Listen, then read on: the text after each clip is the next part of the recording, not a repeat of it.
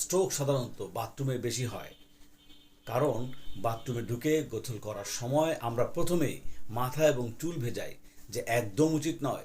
এটি একটি ভুল পদ্ধতি। সঠিক নিয়ম মেনে গোসল না করলে হতে পারে মৃত্যুও। গোসল করার সময় প্রথমেই মাথা এবং চুল ভেজানো একদম উচিত নয়, কারণ মানুষের শরীরে রক্ত সঞ্চালন একটি নির্দিষ্ট তাপমাত্রায় হয়ে থাকে। শরীরের বাইরের তাপমাত্রা শরীরের তাপমাত্রা বাইরের তাপমাত্রার সঙ্গে মানিয়ে নিতে কিছুটা সময় লাগে। চিকিৎসকদের মতে মাথায় প্রথমে পানি দিলে সঙ্গে সঙ্গে রক্ত সঞ্চালনের গতি বহুগুণ বেড়ে যায়, তাই স্ট্রোকের ঝুঁকি বাড়ে। তাছাড়া মাত্রাতিরিক্ত রক্তচাপের ফলে মস্তিষ্কের ধমনী ছিঁড়ে যেতে পারে।